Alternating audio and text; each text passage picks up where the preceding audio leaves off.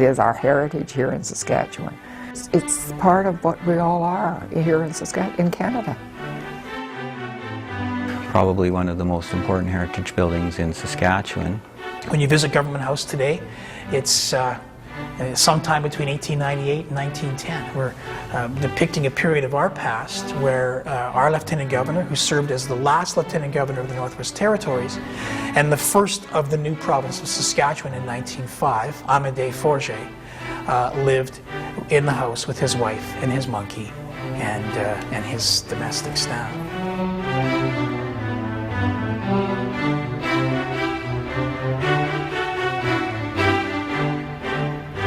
In the early years of the development of the Prairie West, of course, the government of the day looked at the creation of the Northwest as an opportunity to build a type of society from that which they came. The Prime Minister's wife, Johnny MacDonald's wife, Agnes MacDonald, was visiting the Prairie West. During her stay here in Regina, she noticed that the home that the Dunias were living in, she felt that the home didn't reflect the importance of the office. The roof leaked, the water in the wash basin, as it was in most people's homes at the time, was frozen in the morning when she got out of bed. There were 11 fireplaces and stoves in the house. It was uncomfortable, it was damp, it was wet, and she felt that it was inappropriate. She relayed her experience to the Prime Minister, Sir Johnny MacDonald, and that's really how the construction, or the next phase of the development of at least this property, took place between 1887 and 1891. The architecture of the original Government House is clearly Victorian in style, and of course it emulates the architecture of the time, and it's an architecture that was brought from Canada, from England. A number of buildings in Canada of the Victorian style. This is somewhat a simplified style. It's very linear in its structure. It's not got all kinds of cherubs and things dripping off the structure. One of the types of structures that were not as expensive to create and construct. It was very hardy for this type of an environment. And the national government of the day, Johnny MacDonald's government, in tune with their development and the creation of the West, wanted to create a structure that reflected the importance of the office, so it needed to be big, a big building, the symbol of empire. The government of Canada and the Crown have arrived in the Prairie West, and the West belongs to Canada. Thinking back to the original design of the building, it had a number of modern-day conveniences that other houses didn't have. The imposing structure itself, at the time of its construction, stood roughly 17,000 square feet. It had electric lights, there were 3 telephones, indoor plumbing, and it was as modern as it could possibly be. Of course, and we emulate that in the new building. There's nothing old-fashioned in the new part. Thomas Fuller was a Scottish architect who had emigrated to Canada and found himself as the Dominion architect, whose job really would be to construct federal government buildings. The nature of his work was to create structures such as post offices, train stations, buildings that were administrative buildings for the national government. There's not a lot of embellishment on Government House. It's a fairly simple facade. Pleasing to the eye, but not imposing in terms of its overbearingness. And that may have been what the government at the time was looking to create. So the house was opened in the fall of 1891 and served as the residence of our Lieutenant Governors until its closure, which was announced in April of 1945. The main floor was really the meat of the environment that was served as the functional or operations center of Government House itself. Before the ballroom was constructed in 1928, all those functions that the Lieutenant Governor was hosting in the home took place in the main hall. The ballroom was added in 1928, designed by a different architect than the original building. So it was quite a bit different in intent than the original building. We used to have our wind-ups at Government House. And so we would go out there for our wind-ups, and this was in my teens. In those days it was fancy. We loved it. It was beautiful, and I think we were just thrilled to be able to go there. And of course they lived, don't forget the lieutenant governors lived in the house at that time. And so it was a real home. But the ballroom was always there for the outsiders.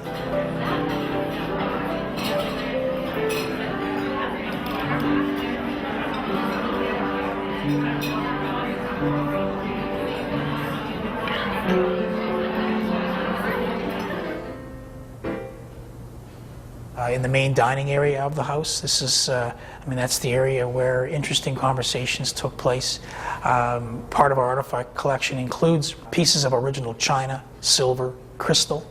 We have roughly about 1,500 pieces of silver and china and other types of earthenware items that were found in the vault in the 1970s. When we were restoring the house, we tried to get into the safe, and we couldn't. It was locked, and we had to wait till they got in touch with a key maker in Ontario who came out and opened up the safe, and luckily they found most of the silver still there, and so they had an auction it, and that was saved. So today when you visit the dining room, you're visiting the 19th century. You're visiting a period where the photographs on the wall are of those lieutenant governors that existed in the house and in the Northwest, from David Laird up until the last lieutenant governor before Amédée Forget, Malcolm Cameron. Mr. Forget's picture does not sit on the wall in the dining room because we're creating an environment where it's the 19th century. So the tradition is that when lieutenant governors leave office, then their portrait or their photograph adorns the wall in Government House. The drawing room itself is a beautiful environment that was used for receiving lines and greeting visitors and dignitaries to Government House. So you really enter into an environment where those people who were leaders in world politics, provincial politics, national governments, met with our vice-regal representative and still do today. Yeah, the billiard room was the gentleman's haven. This was the area where, in the house, where under strict Victorian rules, women were not to be exposed to bad jokes or colorful language, and certainly not the consumption of liquor or smoking of cigars and pipes and things. It was a place where the gentleman unwound. Because the home is the home of the vice-regal representative, which is a non-political office. It was forbidden to discuss political debate anywhere within the house itself, but the billiard room was used for those types of discussions. And a good game of billiards from time to time. He used to beckon to the boys while we were dancing and take them into the billiard room. And they played billiards with the kids, and we'd wonder where all our partners had disappeared. They were playing billiards with Lieutenant Governor Archie McNabb. The ceremonial entrance, or the portico entrance, was the main ceremonial entrance for visiting dignitaries at the turn of the century and beyond. Of course, that's still the ceremonial entrance. And the public entrance, of course, is formed by the new main entrance that we created. We have a mid-19th century salesman's chair. A salesman's chair was a unique piece of furniture that was completely uncomfortable. And the story is that when someone who you didn't want to stay for a long period of time in your house visited you, the butler or the head houseman or the domestic directed them to sit in this uncomfortable piece of furniture. And our particular salesman's chair, the front legs are a little bit lower than the back legs, so you're going to slide off of this thing. And as you hike yourself back up in the seat, there's a very nicely strategically located pointy nose in the back, and in the back of on the chair itself. And so you're going to get up and go home. As you visit the house, you'll notice the hand railing on the second level, which opens up into an area of the house that we call the well. but it opens up into the skylight. And one of the unique features of Government House is this skylight feature that exists. The idea was that skylights existed in homes simply to provide light. In the years before electricity, it made more sense to use natural sunlight than have lanterns hanging all over the place. I had a great aunt, who used to go out and stay with one of the Lieutenant Governor's daughters, and she used to talk about going out there and watching the parties and the going-ons. And if you remember, there's that balcony that you look down at the people, and my Aunt Mary used to always talk about the parties and how much they used to peek and watch everything that was going on there. The railing itself around the well that opens into the skylight is extremely low, and by today's standards would never pass the building codes. But at the time of the building's construction, there were a limited number of codes in terms of building codes in the construction industry, and the railing wasn't required to be a certain height.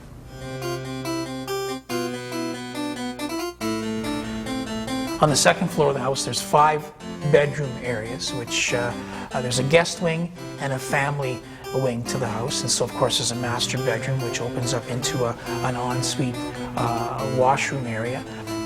So the master bedroom was the sleeping area of our vice-regal representatives until 1945.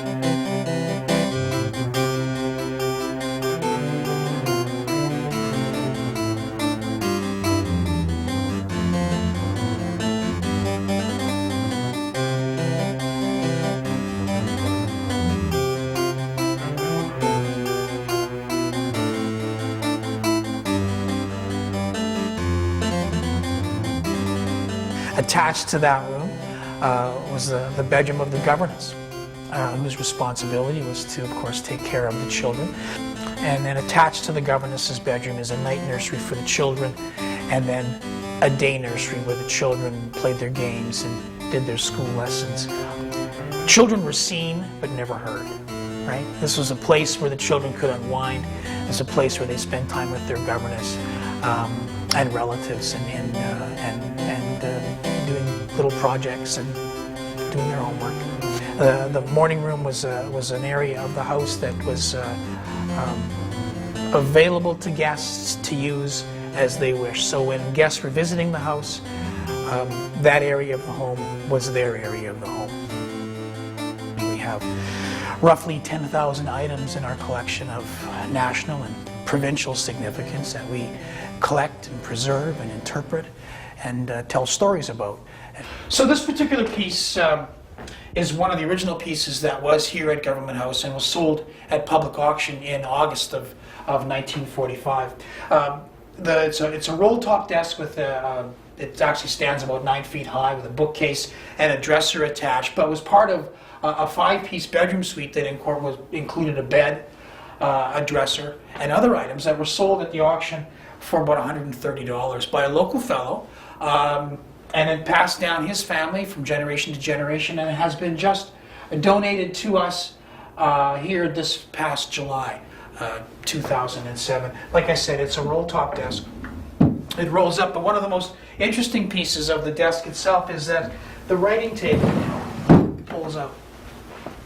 The last Lieutenant Governor to live in the house was Lieutenant Governor Archie McNabb, who moved out in April of 1945.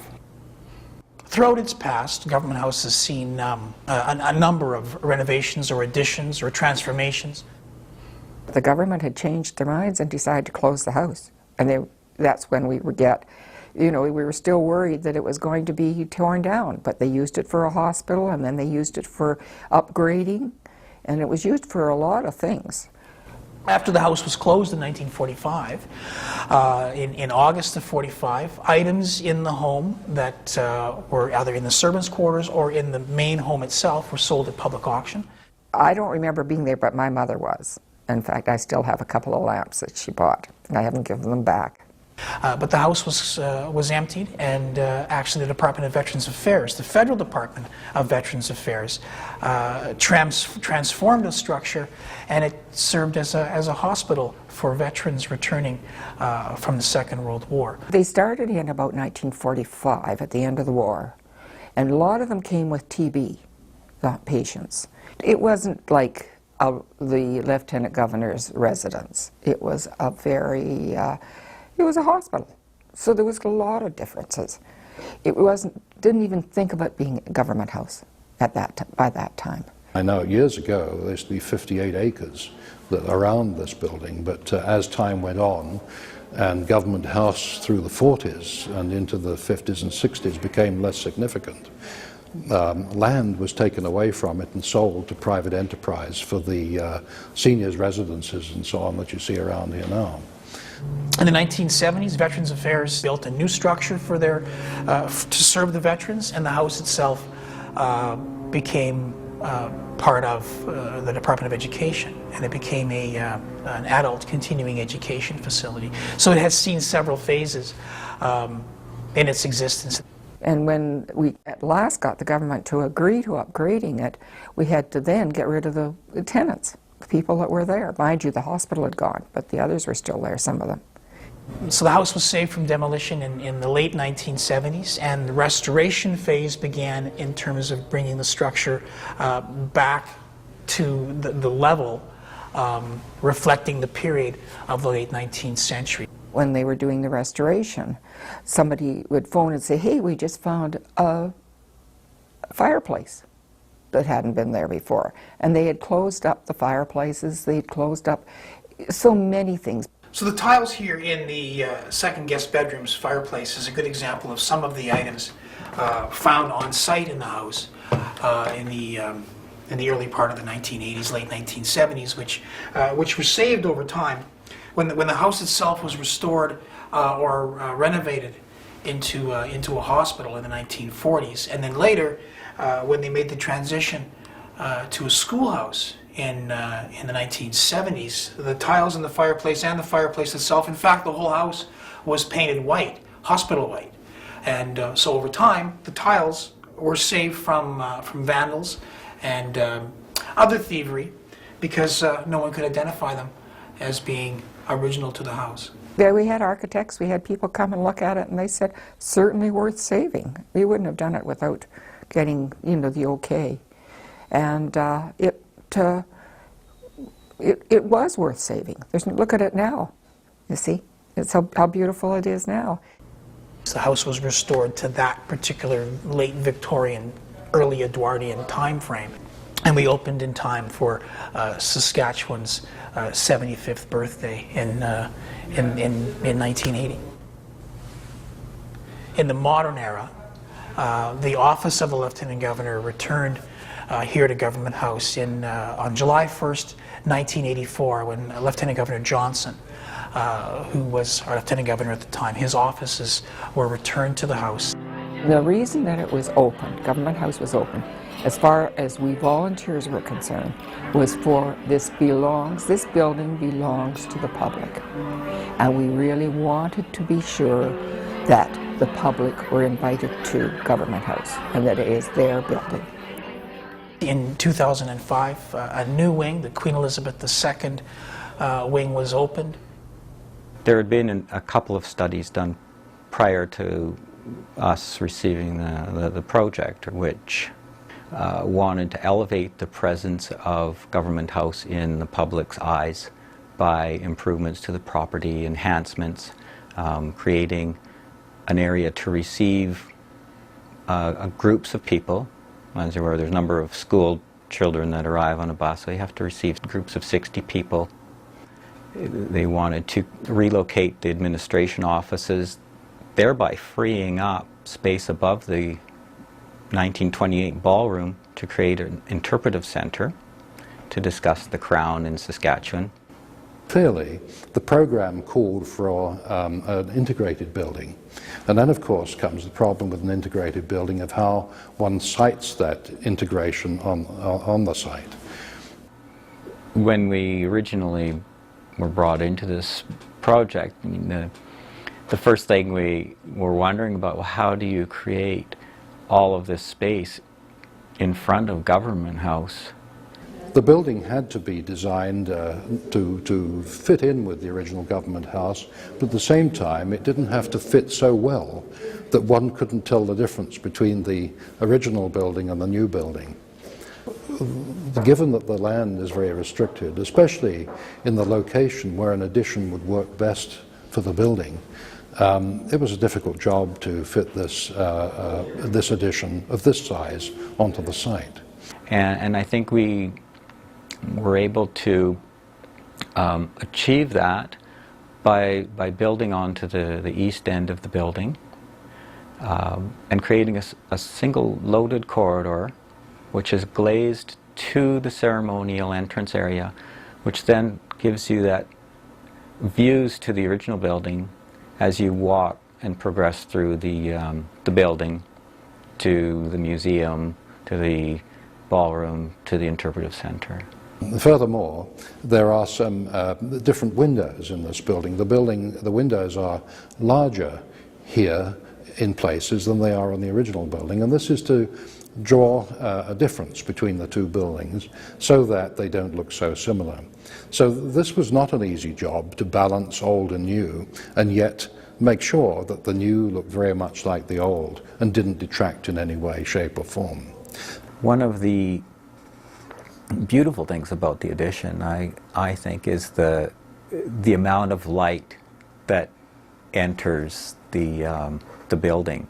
An addition here helps to reinforce the ceremonial circle and the arrival of dignitaries to Government House. Creates a backdrop, a setting, and plus views into the site. It affords a view to something as you're walking through or driving past. You can actually see that there's some building there. It enhances the use of the facility in terms of our visitor services. You wouldn't really realize that it's an addition. And they've got some very lovely rooms there. And when the Queen came, it was beautiful. I mean, she came and opened it, and it was lovely. One program can be going on in one area of the house and another can be going on in another area of the house. And so it really expands the versatility of the structure. It is a beautiful entranceway now, and it's long, and it's a large hall, and there is a lovely room off of it for entertaining, plus the gift shop is right there, and there's beautiful pictures and paintings. And it really is quite remarkable. Legend has it that Government House comes with a permanent resident that has been living here at Government House since really 1915. I don't know if you've heard of the ghost we have, Howie the Ghost. He was an interesting character who emigrated from Asia in 1898. His name was Chun Li, and unfortunately and tragically, Chun lost his battle to pneumonia here at Government House close to Christmas in 1938.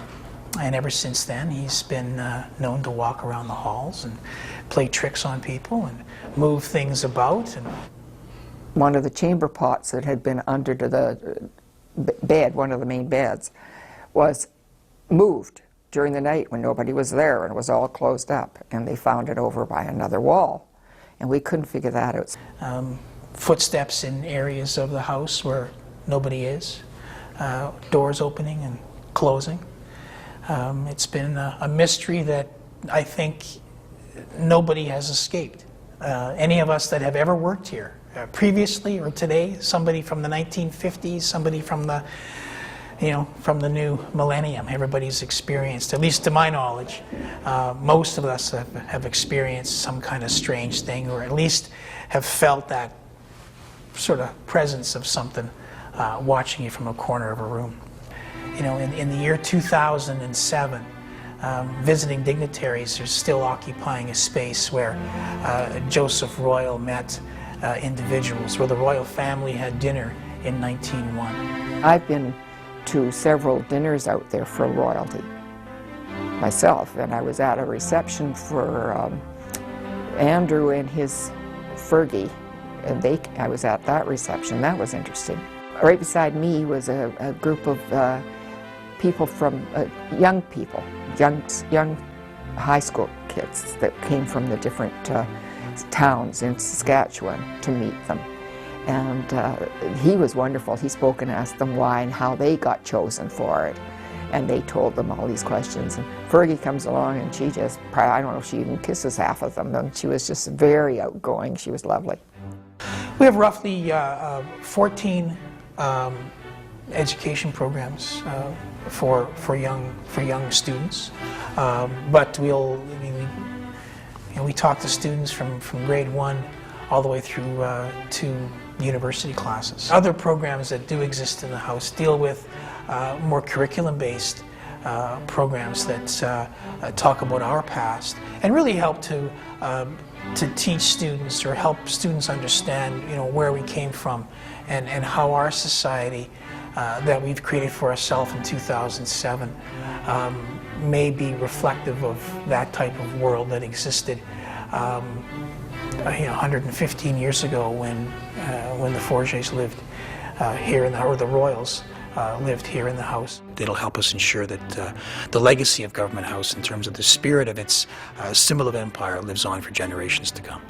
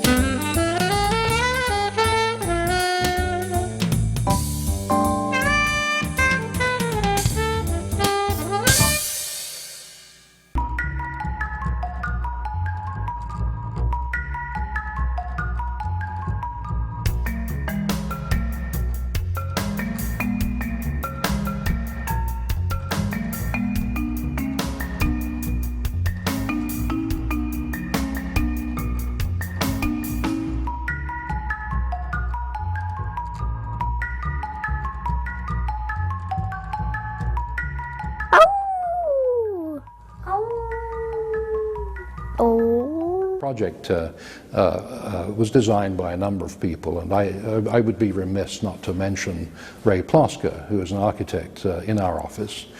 Ray was the project architect here, and he oversaw this on a day-to-day basis and had a great amount of influence on the design of this building. And I think he needs to be congratulated for this more than anybody, probably, in terms of the architecture. Well, my name is Ray Plosker. I'm from Regina. I think ever since I was a child, I wanted to be an architect in some way,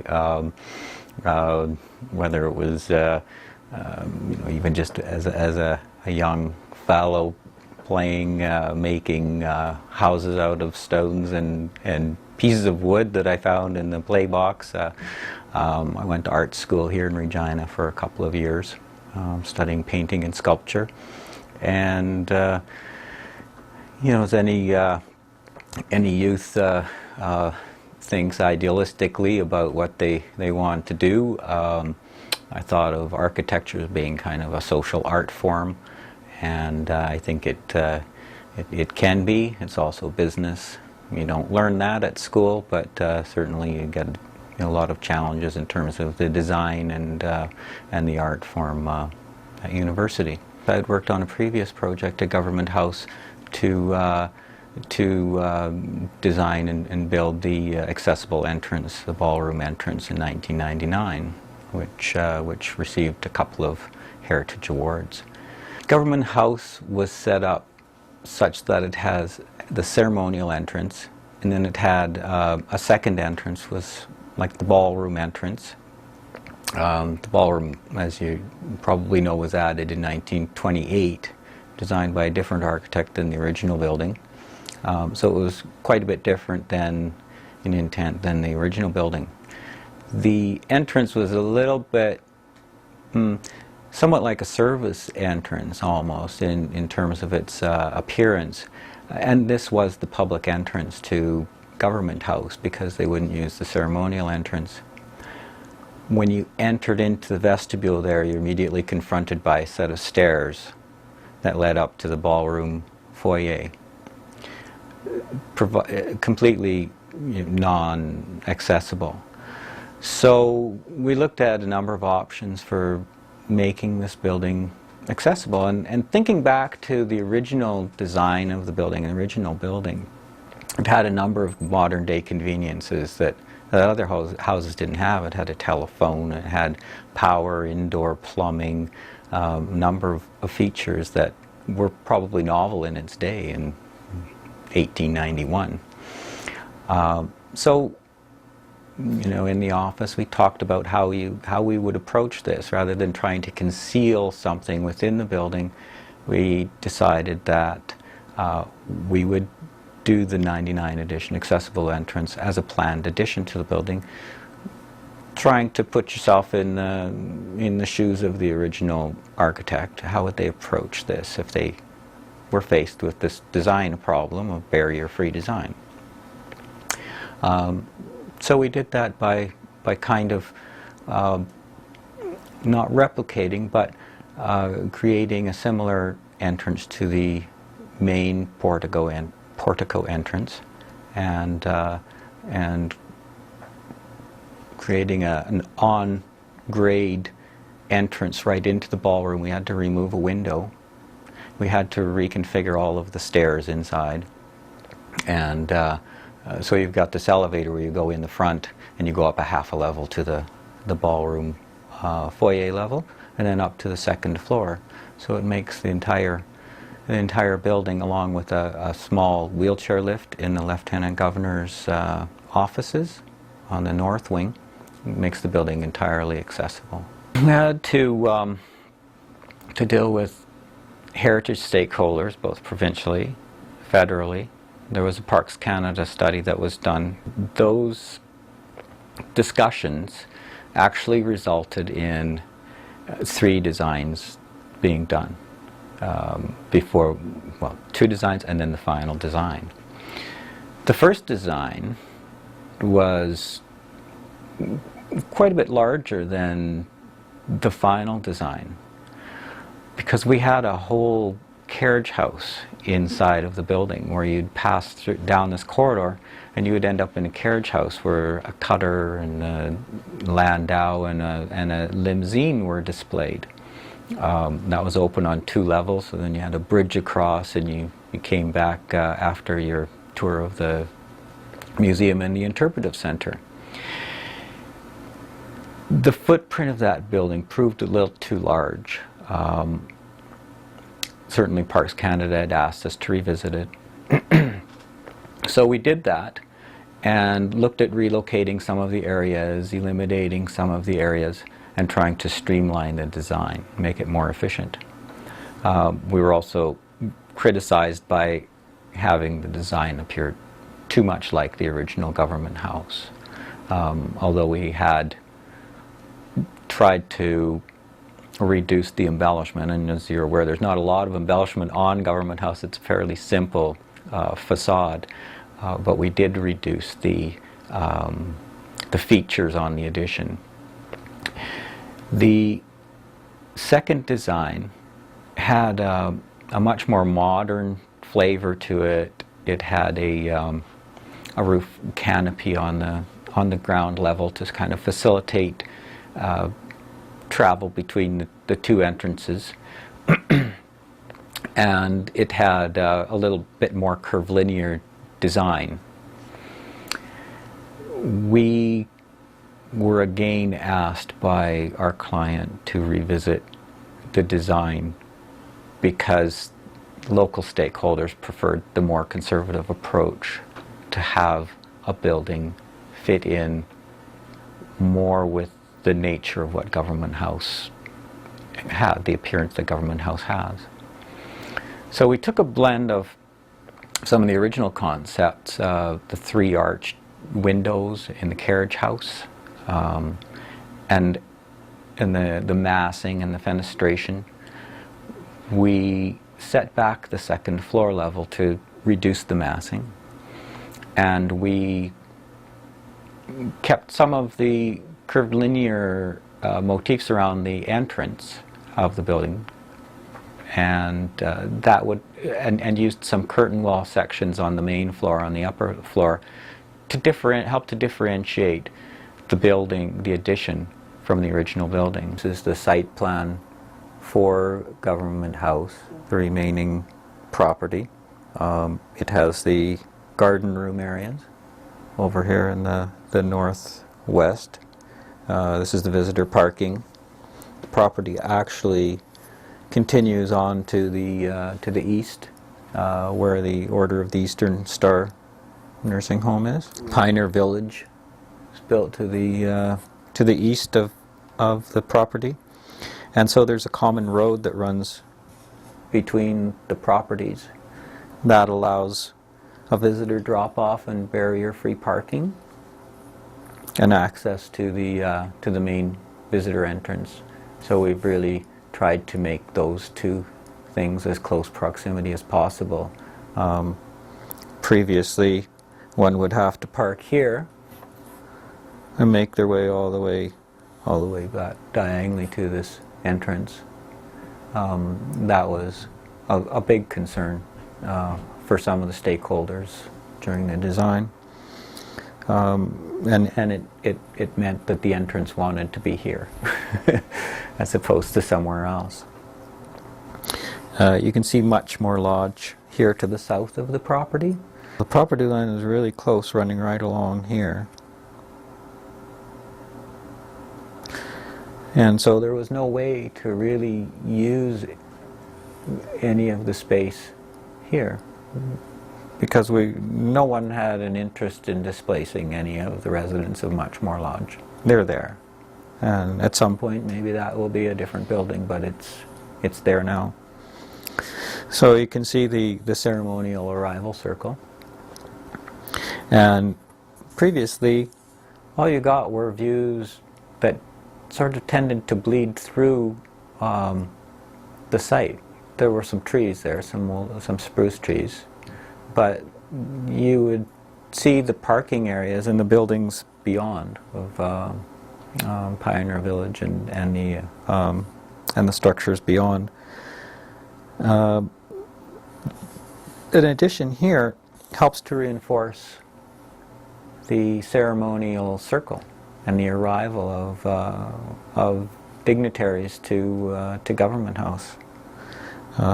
Creates a backdrop, a setting, and plus views into the site. It affords a view to something as you're walking through or driving past. You can actually see that there's some building there. The original arrival roadway on the original concept sketch by the original architect had a roadway coming in, looping down through the fields here and over a coulee, and then arriving somewhere around the ceremonial circle. And then they'd probably take their carriages through a little gap between the conservatory and the building, because where the ballroom is now used to be a glass conservatory. And in 1928 that was moved back here and the ballroom built. It had coach house and other outbuildings out in this area, in the service area. So one thing that I did want to mention too is part of the concept, as it involves restoration or rehabilitation of the garden areas. It also involves replacement of the maintenance buildings, which are now just metal quonsets, and into something that'll be more in keeping with the flavor of the building. There were some original outbuildings there that we don't really know what the design was, but there's some old photographs that sort of show them obscurely. So the idea is that these garden rooms, and that's a whole other thing, is this Edwardian deep design of garden rooms. But these garden rooms will be rehabilitated with some type of interpretive walkway through the site so that visitors can then, in the summer, hopefully do self-guided tours through the site, and it will add another dimension to the property, something that's very worthwhile developing, and we think sort of the final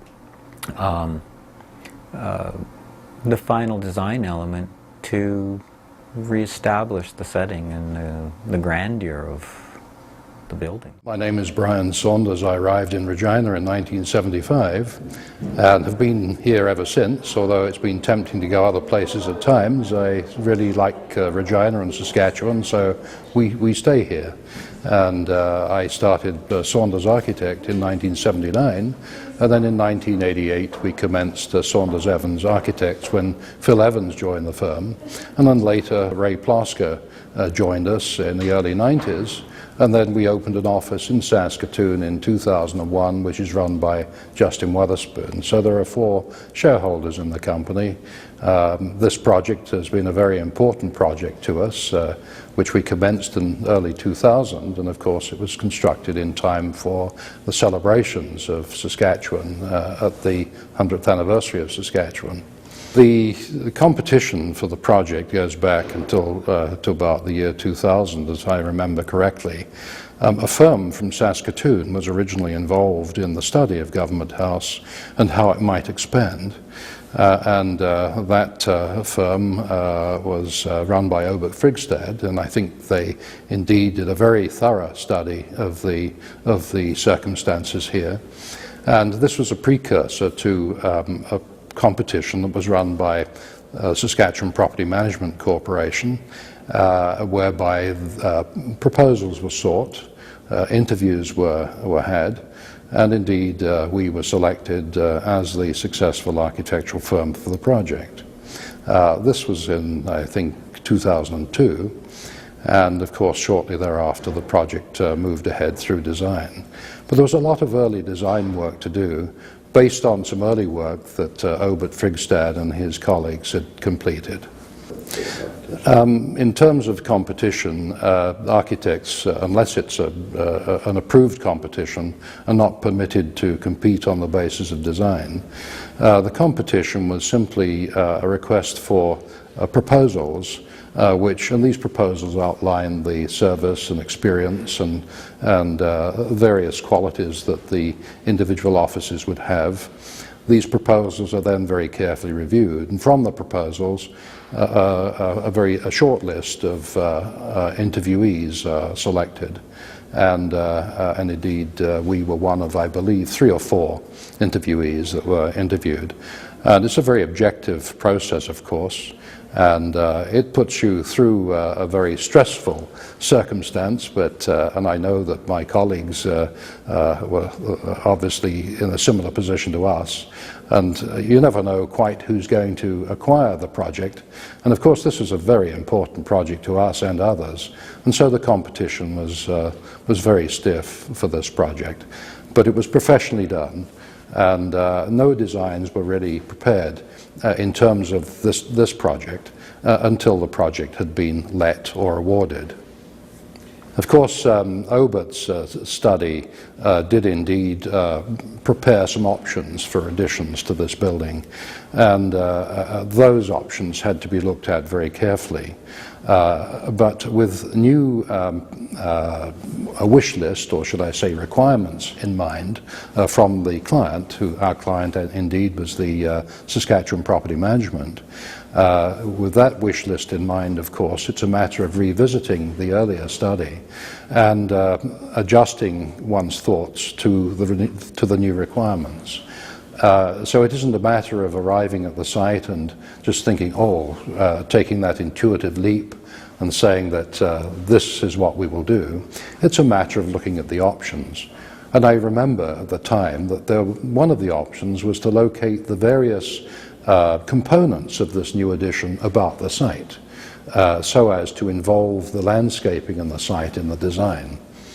This, we found, was not going to be a good answer, was not going to meet the program requirements, and furthermore, it was going to create problems for visitors. You can imagine visitors coming here in the winter and moving from one building to another, seeing different components of Government House.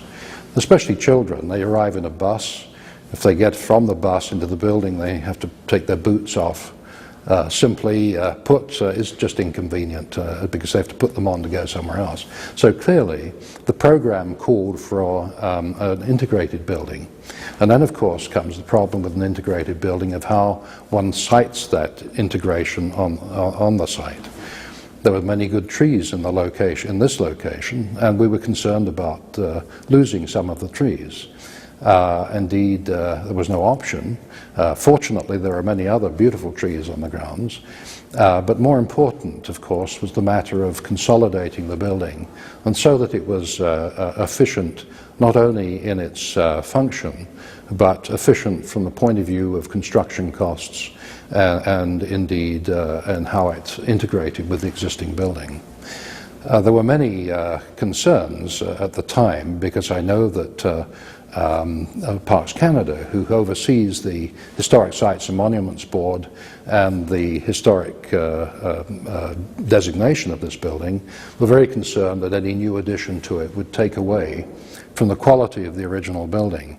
And indeed, there were some very careful and detailed meetings with the people in Ottawa.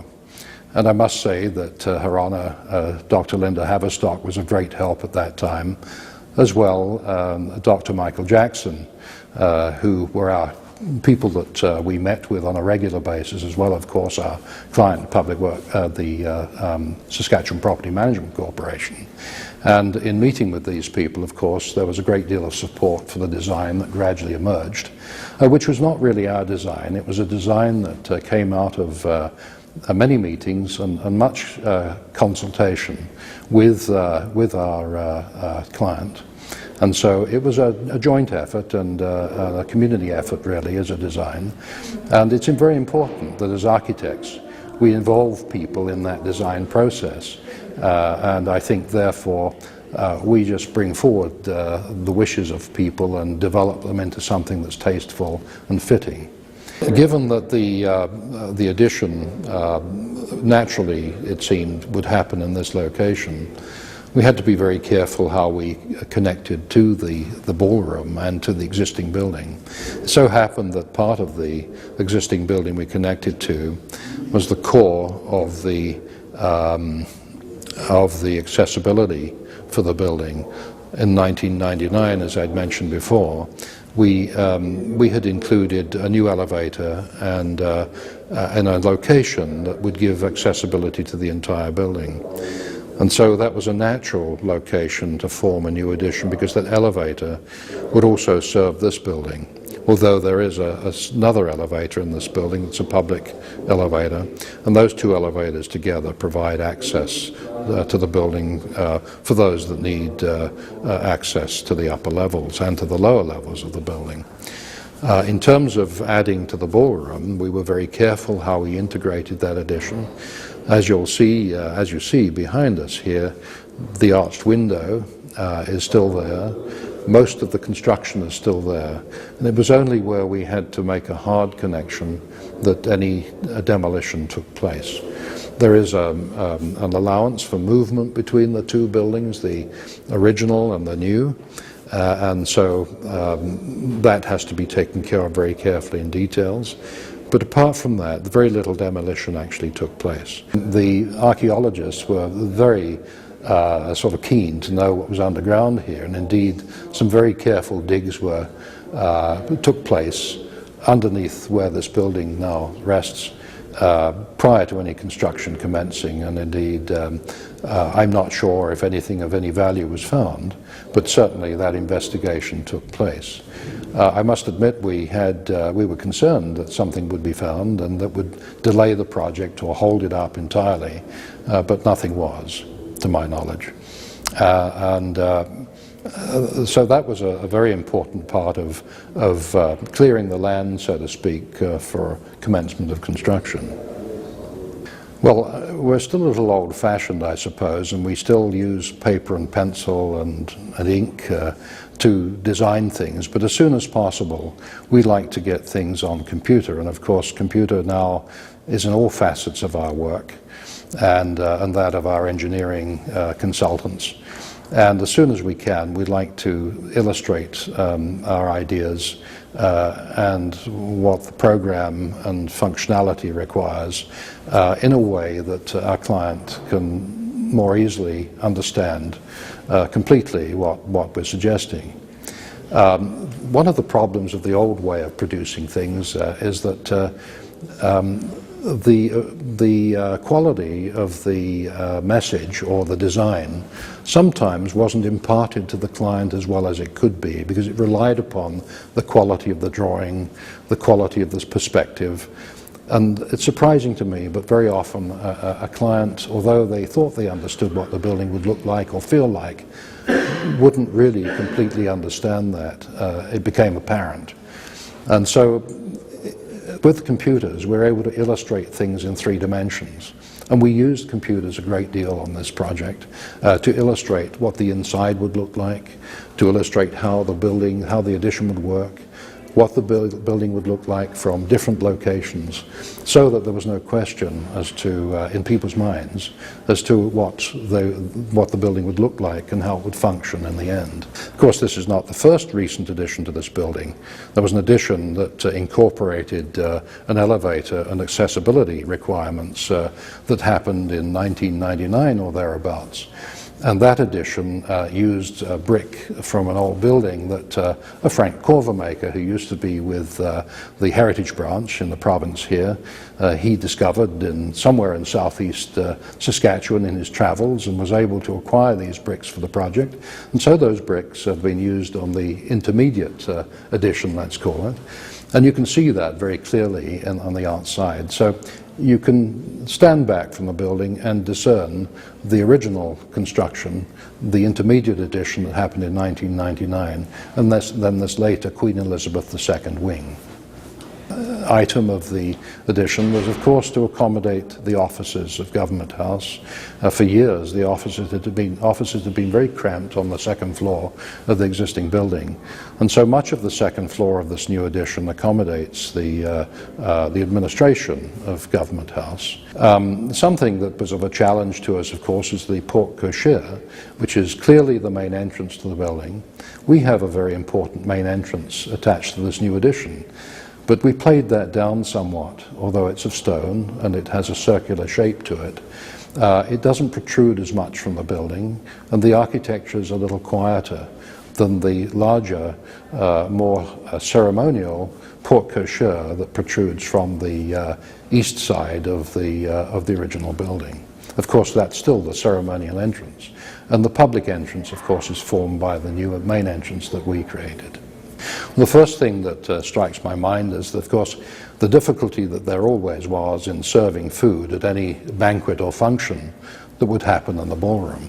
The kitchen was located underground to the north end of the original building, and the food had to be brought along the entire length of the old building and upstairs to the ballroom level and then served there.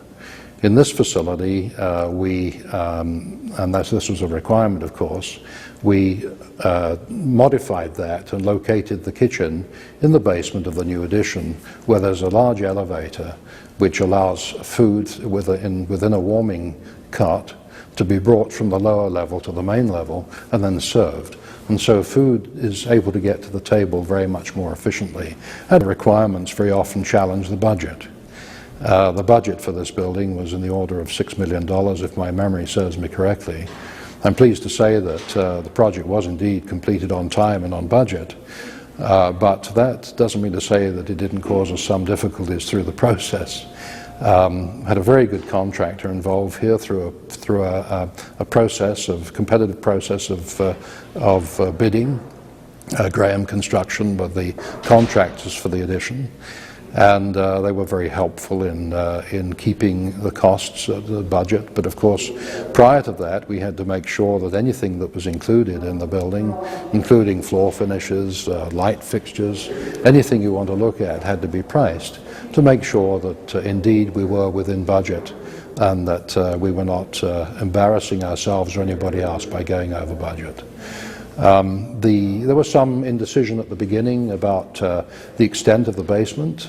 We had a smaller basement initially, but in getting an alternate price for basement, we found that we could extend that further and indeed have a complete basement under the addition as opposed to a part basement. And I think that space will prove to be very useful in time. Other challenges, of course, relate to the weather always, and building through the winter, which we did, and building through much rain at the time. And so that challenged the timetable, as well as the patience of everybody, I suppose, at times. Energy conservation and sustainability was a concern to us.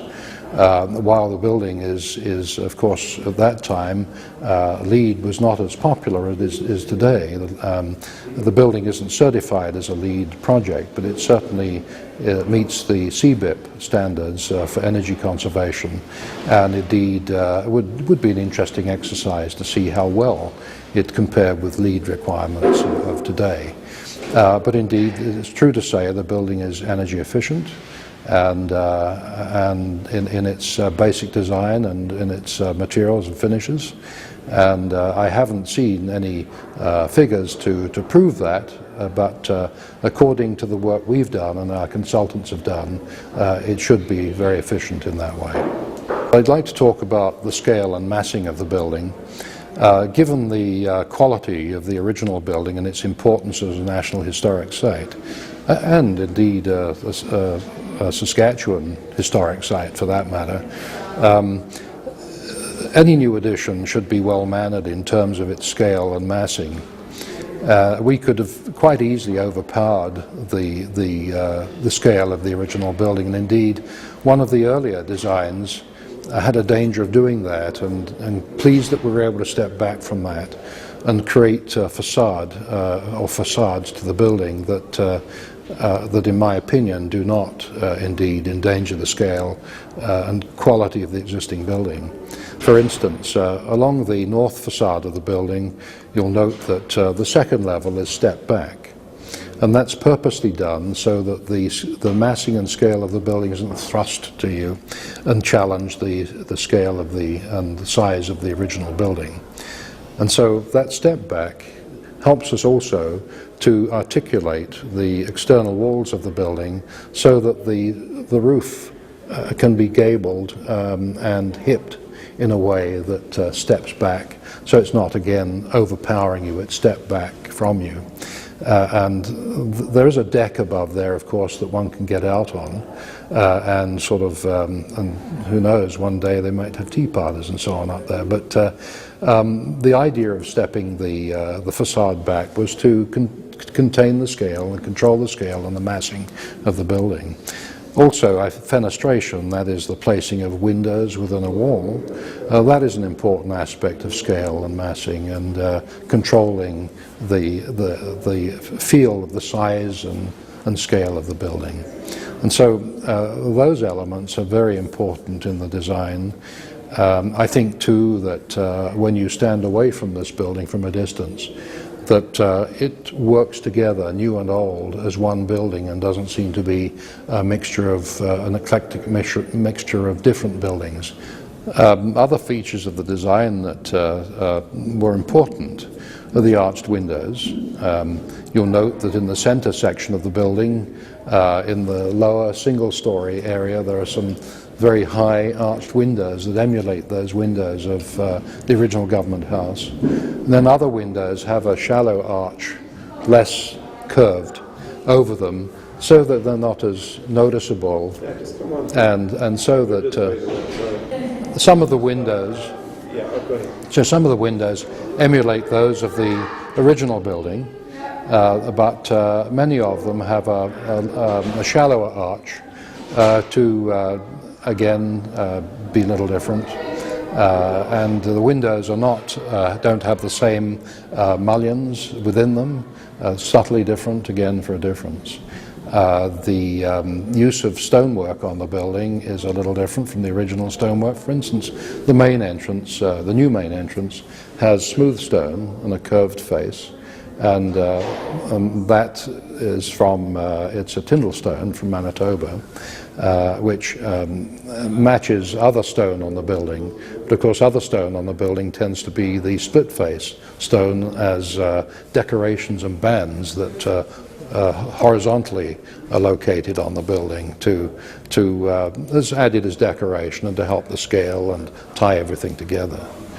The roof of the building is finished in a pre-finished metal standing seam. It's a very reliable roofing system that should last for many years. And you've noticed probably some of the snow stops on the roof. Metal roofs are very prone to sliding snow, and certainly one doesn't want snow falling off onto people as they enter, especially if it's some important ceremony. I think about 25 years ago, as you know, the building was renovated in a major way. Alex Herman was the architect for that renovation, and I think he did a very fine job in renovating the building. And Jack Walker was the landscape architect that was involved in the original landscaping, when I say original, and going back to 1980 or thereabouts. And Jack was the same landscape architect that we had as a landscape consultant on our team, and so that continuity was important to us. And I think Jack has done a fine job. We have in front of the building here, we intended that there would be an opportunity of having teas and things like that to help Government House with one of its functions of serving tea to public, and of course there's a historical society that involves itself in community work in that way. I'm not sure there have been any teas there yet, but anyway, it's designed for that. One of the important things to us in the setting of the building was as you approach the ceremonially to the porte cochere of the building, you used to look through the trees that were here and see a car park to the south. Although that car park is still there, but of course you can't see it. And this new addition contains the view and also creates a very important courtyard for the arrival of important people, and indeed for you and I. And so now there is a place of presence as you arrive. It's not just a place where you're not contained, where the view is not contained, and you look out into car parks and various buildings such as seniors' residences and an eclectic arrangement of housing and so on. It's now a formal containment that makes a place of presence for the arrival of important people and for ceremony. And so I think that works well, and much to the credit of Jack Walker and the landscaping and the hard surfacing, I think that has been resolved in a very formal and very respectful way. It was a great honour for me to meet the Queen, and as did other people, of course, at that time. I was concerned with one of her questions as she thanked me, she turned and back to me and said, "Is the building finished?" And so I thought to myself, well, what haven't we done that we should have done here? And indeed the building was finished, and I had informed her of that, Her Majesty of that, and she seemed to accept that okay. But I must say I still wonder this day what we didn't do that we should have done. But it was certainly a ceremony that was a great honour to attend, and to attend with others that had been involved in the creation of this edition. So the relationship between the Territorial Administration Building, which sits approximately 2 or so kilometers down the road from Government House, and Government House itself, is the effect of which that the Government House itself was the home of government, whereas the Territorial Administration Building and the other buildings on that site was the seat of government. So that was where debate took place, that was where legislation was passed. This is the home that the Crown lived in. So they began to implant British institutions, the common law, the system of justice, the education system, all based upon models which they left behind. The Prairie West was developed in several different stages, along which pieces of legislation were passed to ensure that took place. So in 1875, the Northwest Territories Act created the office of the Lieutenant Governor of the Northwest Territories in Manitoba. So there was Fort Pelly, which was a Hudson's Bay Company post, and then Fort Livingston, which was the seat of government, briefly between 1876 and 1877, after which the territorial capital was moved to Battleford. And then from there, in 1883, here to Regina. The original government house, which would now have been the second built for our lieutenant governors, existed from about 300 yards from where I'm sitting, just encompassing part of what is now Luther High School here in Regina. Throughout its past, Government House has seen a number of renovations or additions or transformations over time. In 1901, for example, the first new phase of construction took place when Government House saw the addition of a conservatory on the south side of the building. It was quite a sizable room full of plants. It was used as a vegetable garden in the winter, and it's where they grew fresh flowers for the different types of functions that the vice-regal representative hosted here at Government House. So the ballroom was built on two separate levels in 1928, and the conservatory was removed and then built on the back of Government House, I guess on the west end of the building, on a much smaller scale as it exists today. So the house was saved from demolition in the late 1970s, and the restoration phase began in terms of bringing the structure back to the level reflecting the period of the late 19th century. Well, in 2005, a new wing, the Queen Elizabeth II wing, was opened. It enhances the use of the facility in terms of our visitor services. One program can be going on in one area of the house and another can be going on in another area of the house. And so it really expands the versatility of the structure where, for example, we could see 3 separate or more classes in terms of our education system using the structure, one visiting the interpretive center on the 2nd floor, one taking part in a school program in the main core of the 19th century building, or one playing our board game that we call It's Democracy. And the whole idea is that the students themselves are the game pieces. We have roughly 14 education programs for young students, but we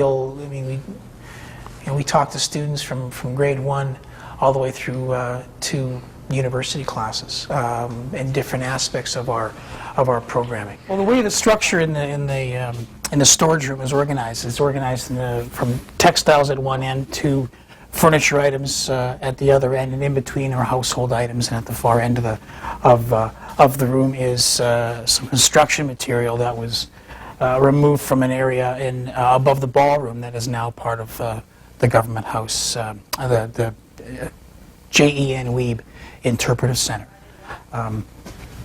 So on the far end,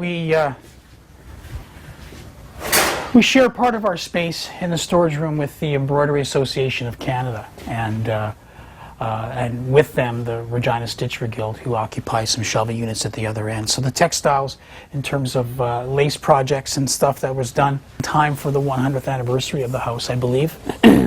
A special lace project was undertaken to restore some lace items that the Regina Stitchery Guild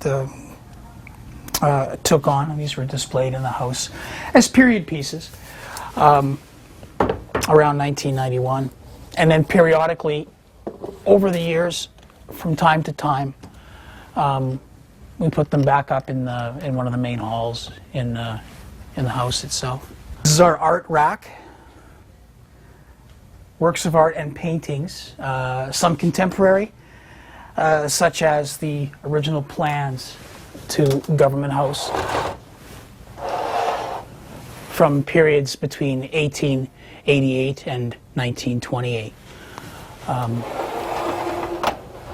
2 copies of works of art that hang in the house today, like a prototype of the portrait of Queen Victoria that hangs in the library, which is this item right here. The one in the library is a much larger scale. It's 9 feet high and 4.5 feet wide.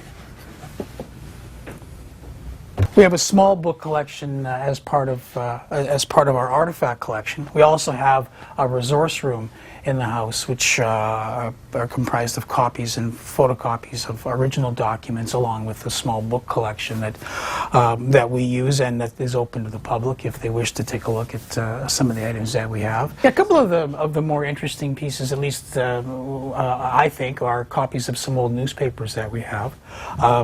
As part of our collection, these are copies from around the turn of the century, 1909, 1910, of the Regina Morning Leader. Right, so these are original documents from that period. So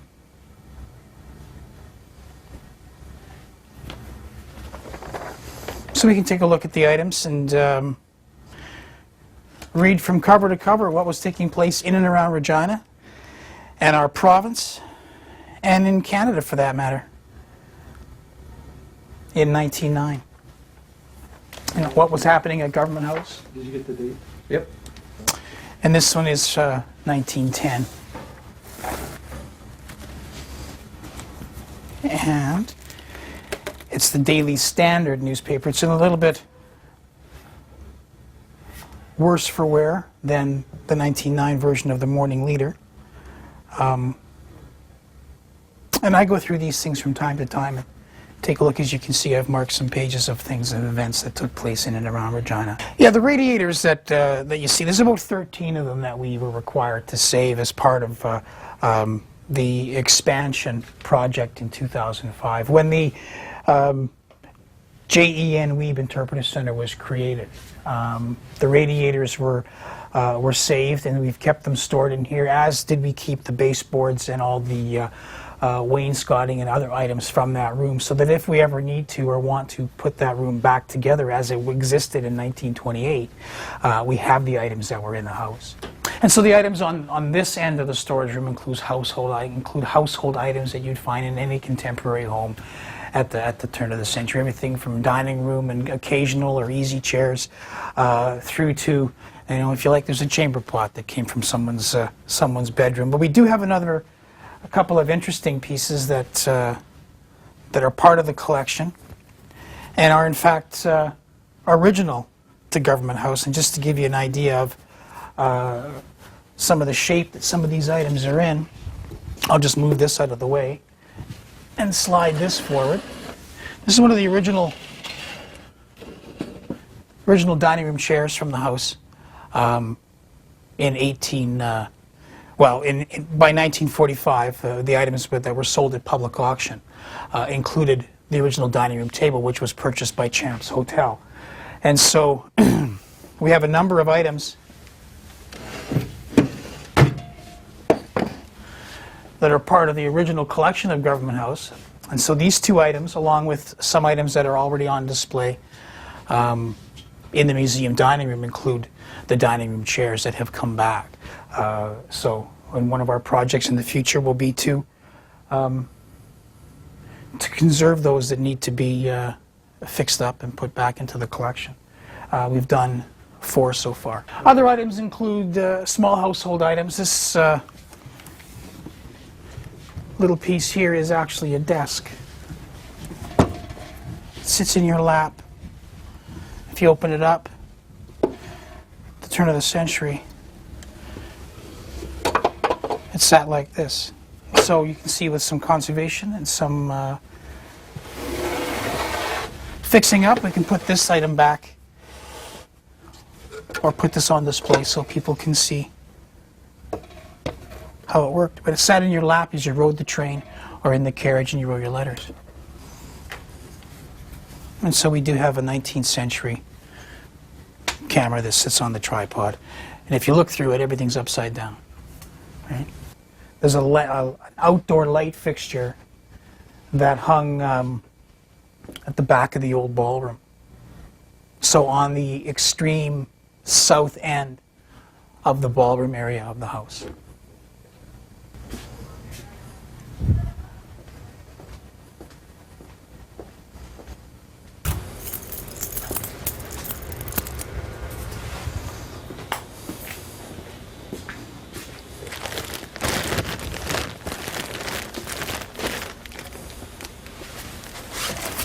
Here in the lab, it's a staging area for items that have been donated to the collection, where we can examine them in a safe environment, so we're not threatening items in the existing artifact collection. So for example, if something comes that is discovered that has some mold or some kind of contamination to it, we can stop it here before it gets into the main part of the museum itself. Additionally, this is where items are processed, and part of the accession process is to fill out accession sheets and log sheets and photograph the items and apply numbers to them as part of our inventory control. So what I'm doing here is I'm accessioning a number of items that were just donated in July. And these items include these books as part of the bookshelf that I was telling you about earlier that was sold at the auction in 1945. So right now I'm dealing mostly with books, as you can see. These are some prayer books. One is Church of England, or an Anglican prayer book, and the other is from the Roman Catholic Church. Yeah. One's a dictionary and one's a medical but textbook. We encourage folks to donate items. I'll look at items. We prefer to look at items around the turn of the century up until 1910. And in here are inventory lists of items. We were talking earlier about that part of the repatriation committee and my role in terms of determining whether or not the item is original or not original, or trying to best discern whether or not the item is an original artifact. These are all inventories of everything that was purchased over a certain period of time. It's not all inclusive. Research continues to be done, but this is some of the research that's been taking place up until now. In Regina most of my life, a few years in Lumsden, and the rest of the time here. My father was born here in Regina in 1894, and my grandmother came west in 1883, and with 8 children as a widow. So I'm really a prairie girl. They felt that it was deteriorating, and different organizations in Regina decided that they should be doing something about it. And I belonged to the IODE, and we sent a letter in to the government asking for the restoration. But I go back a long way in Government House. I was only in my teens when we had a dancing class, and it was run by Mrs. Morley Willoughby, and we used to have our wind-ups at Government House. And so we would go out there for our wind-ups, and this was in my teens. They don't dance like when we used to dance. I mean, I find it's just a bunch of noise. I'm very happy with the old, we used to dance so much. I mean, we had balls, and we were talking about that at Christmas time and saying, you know, we used to have Christmas Eve balls and Christmas Day balls and Boxing Day, and they were nearly always at the hotel or someplace like that. And it was fabulous, but they don't have things like that anymore. I think the kids are missing out on a lot of real good entertainment. Well, the word went out that we wanted anybody that had bought anything, if they would please return it, so for the house. And it was amazing what came back. A lot of the things are originals, but there's a lot that is not. There was a foundation that was formed, and other people came in and worked at getting the money for this building. And they did a marvelous job, and we've got a beautiful building, which is being utilized very lovely. We have a gift shop that is very popular, and we're very happy about the way things have gone. Different governments. That was the biggest problem, because we would just get a settlement with one of the governments, and then they would change. And then we had to start all over again to get the okay to have this done. And so that was the biggest problem, because people were on the board, very, very good members, lost interest, and they left. And they didn't stay to see it through because they just didn't feel it was ever going to happen. And it took many, many, many years for our persistence in going back to those departments. And another thing, it was always changed to a different department, even with the same government. You get everybody in one area all ready to go for it, and then they put it under another government. So that was really the biggest hassle and the biggest trouble and the hold-up. And it took a long time for that. How many years? Well, 1980 was the opening, and it must have been a good 15, 20 years. This building belongs to the public, and we really wanted to be sure that the public were invited to Government House and that it is their building. So the first thing, we had one girl that had always visualized Victorian teas, and she did Margie, or her name was, and she did a marvelous job in getting this all put together. And we had, the teas have been extremely successful since 1980, and they're still going on. There had never been an elevator. I was getting disabled about that time, and I kept saying, you need an elevator. And one of the ministers of the government was handicapped a bit too, so he and I got our act together and decided we were going to yell for this elevator. So I always say they have to call it the church elevator. No, and that's just worked right in with the building too. You see, the whole thing has been very well done, very well done. The windows are all on the one side, and you can look out to the gardens, and the main garden right in front of the doors is lovely. And I should let you know that the volunteers are the ones that do most of the gardening. In fact, we would say all of it.